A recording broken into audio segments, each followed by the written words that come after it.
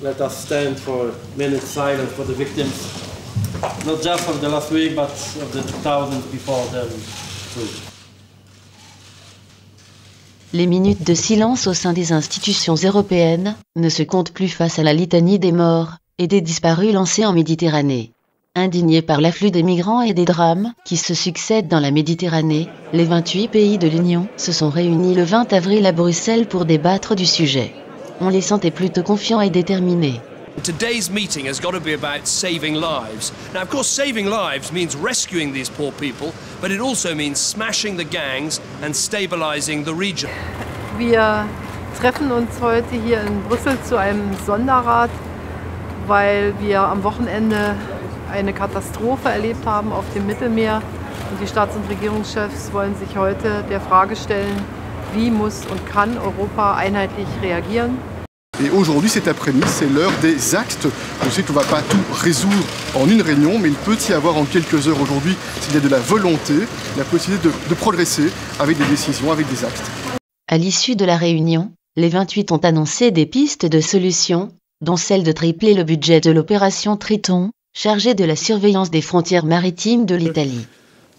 Je suis content du fait que le Conseil européen a suivi ma proposition de tripler le budget de Triton.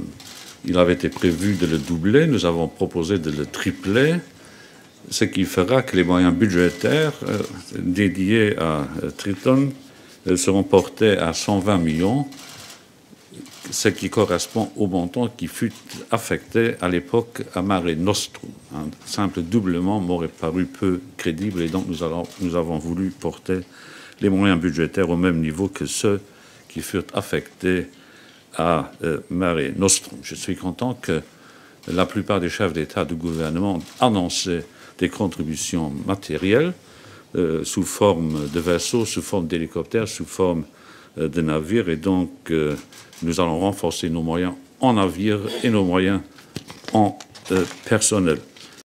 Aucun accord, en revanche, n'a été trouvé pour élargir la mission et permettre à ces navires de sortir des eaux territoriales européennes pour aller au plus près de la Libye.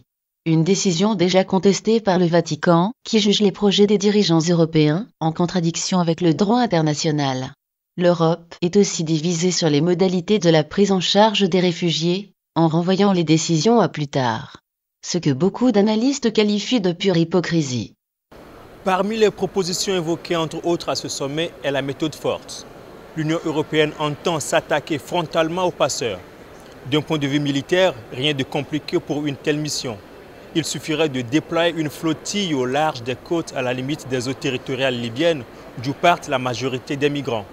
Ce travail de surveillance permettrait d'intercepter ou de détruire littéralement les bateaux avec les hélicoptères ou les commandos marines embarqués sur les bâtiments au large des côtes. En tout cas, c'est ce qui pourrait se faire. Mais en théorie, si l'Union européenne décide de se doter des moyens militaires et juridiques. Mais dans la pratique, ce projet a des limites, d'autant plus que capturer et détruire les embarcations de trafiquants nécessite un mandat. Enfin, certains dirigeants européens doutent de la véritable efficacité d'une telle opération, car les passeurs peuvent très rapidement s'adapter, comme cela a été le cas par le passé.